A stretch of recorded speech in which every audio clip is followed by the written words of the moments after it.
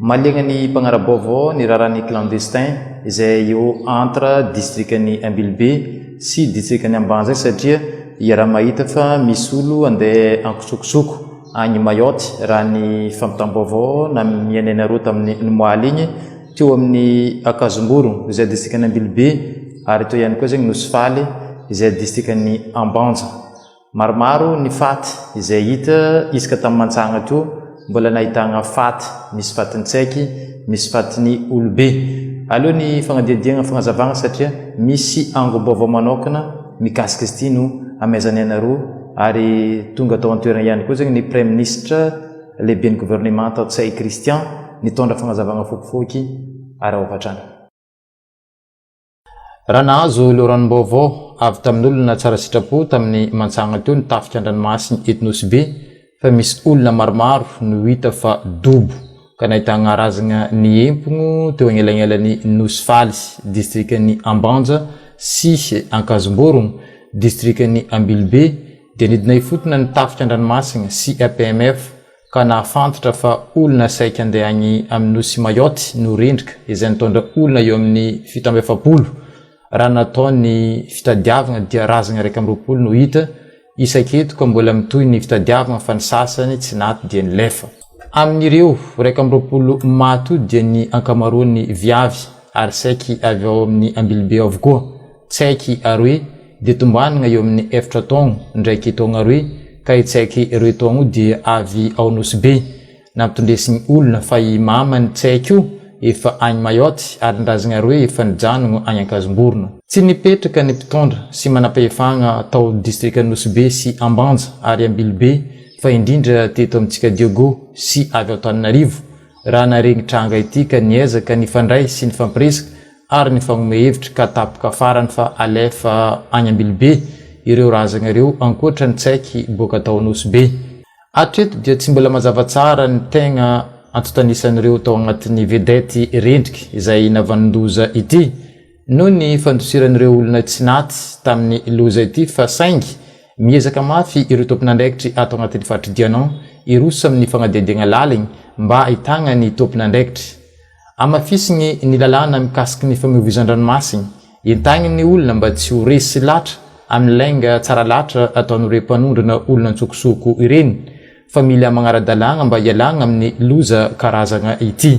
Mila petraka tsara sy mazava ny rafitra ary fiara-miasa fa indrindra ny loaranom-baovao eo agnivon'ny sampitondra.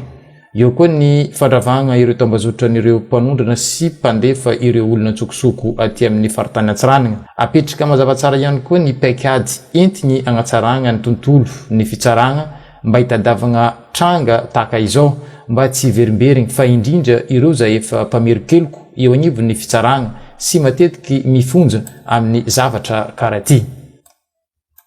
Amin'ny agnaran'ny filohan'ny Republikan'i Madagasikara Andriamatoandry Rajoely izay mizara ny alahelo-tsika jiaby aty Ambilobe aty avaratra jiaby aty no hitsangananay mba ampahery atsika jiaby hitondra ny teny fampionona atsika jiaby aitsika fa sarotro ny raha mandalo atsika jiaby no miaraka malahelo atsika jiaby miaraka ory amin'ny fotoagna zio ty mba ahafahan'ny avatsika tsiraidraiky angalany razana itototoa amin'ny tany aviany mba ahafahana magnano ny fomba mamalagasy atsika amezatsika voninahitry ny avana zay nandaotsika mba ahafahantsika mizara ny alahelo amin'ny fianakaviagna.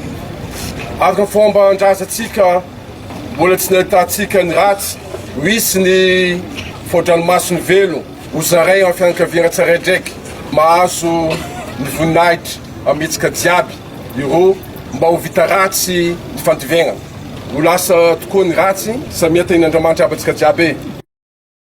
Tsy maintsy sokafagna ny fagnadiadiagna ary hosaziagna enjagna ireo mpitondra olona antsokosoko amafisiny ny fiambenagna ny sistany io ny nambara tao Ambilobe tamin'ny iniany ity raha navy nagnano diniky asa niaraka tamin'ireo tompon'andraiky manjakana aty amin'ny faritra mbola tsy fantatra hatramin'izao izay ilay mpanamory iza ilay vedety ary aiza ireo olona lazaina fa velogno. Io no fagnontaniagna mipetraka amin'izao mila fagnomezan-tagnana ireo mpitondro filaminagna mba hitagna ny valiny. Momba ilay vehivavy hita androany efa nahazo fitsaboana amin'ny hôpital be Ambilobe makasika ireo razana aroe nalevigny tsy hita avany. Iray nametraka depo efa andalina ny avany avy any Tamatavy, ny sisa kosa efa impelatagnan'ny avany avokoa.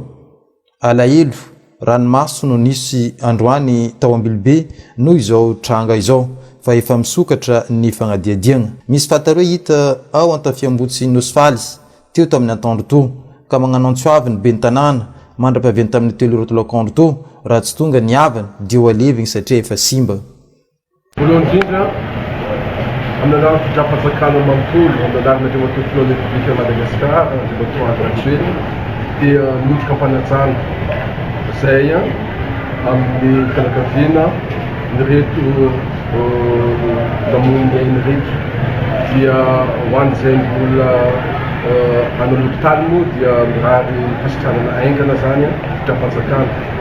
Miara ory amin'ny vahoaka aty Ankarabe ny fitrapanjakana ary miara ory ihany koa amin'ny vahoaka anatin'ny party Hialana satria betsaka tamin'ireo razanareo dia avy Olobe ny sasany avy Nosy Be dia misy koa moa ny lasa any Masanga. Nandriandraikitra tanteraka ny fitrapanjakana na taty an-toerana na miavy amin'ny fanjakana Olobe tamin'ny fanotronana zay mamalagasy antsika ka dia manatao ny andraikitra dia prizatsika ny fanampianan'ny vahoaka zay sahirana tokoa amin'izao tranga mampalahelo izao. Zavatra faharoa dia nidinina nandritra an'izao atrikasa zao ihany koa ny metimety antony mahatonga ny fiverimberena tranga ohatran'izao anatin'ny faritra Hialana.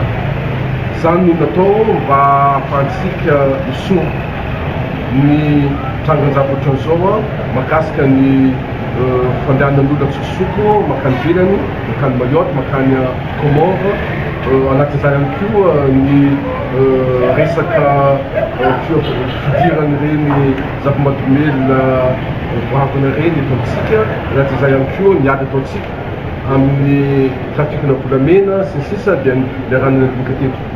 Ny fanapahan-kevitra anderana teto dia maromaro. Anisan'izany ny fisoroana aloha tsy maintsy ataontsika ny fanentanana ny vahoaka rehetrarehetra mba tsy andaitra vahoaka ny reny tolotra izay tsy azoka kely amin'ny fitondrana olona makany ivelany reny antsokosoko reny satria hitantsika fa tena mitondra loza zany ho an'ny tsirairay. Faharoa anatin'izany koa mila apetraka ny rafitra rehetrarehetra mba ahafahana mahazo ny enseignement tena azo lazaina hoe fa tena izy mahakasika an'ireo zavatra ireo satria raha tsy manana zay tsika ary tsy manana zay fisoroana zay tsika tsy ahafahantsika ihany koa miantisipe zavatra ohatran'izao eo sahirana atsika. Fantatritsika fa ny lalana vita aty amintsika dia lasa fahalemena amintsika ihany koa satria ararotin'ny sasany zany lalana zany mba hidirana tsokosoko eto Madagasikara, tsokosoko eto amin'ny faritra Hialana sy faritra Sava. Ny zavatra fahatelo dia tsy maintsy amafisitsika ny enquête. Ny enquête efa misoritra amin'ny fotoana zao mba fantarina hoe iza ny tambazotra.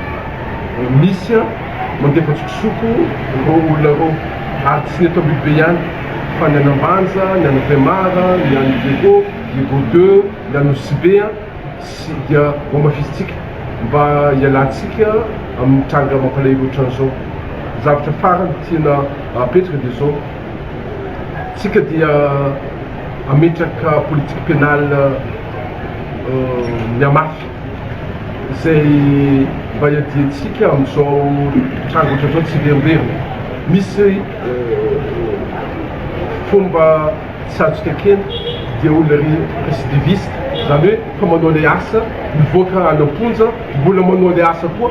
Dikan'izany mila amafisitsika ny politique pénale tsika eto Madagasikara mba zay tratra rehetrarehetra anatin'izany dia faizina ny lalàna ary tena ny ataoko hoe ny peine maximale mihitsy no atao amin'olona manao zavatra ohatran'izao.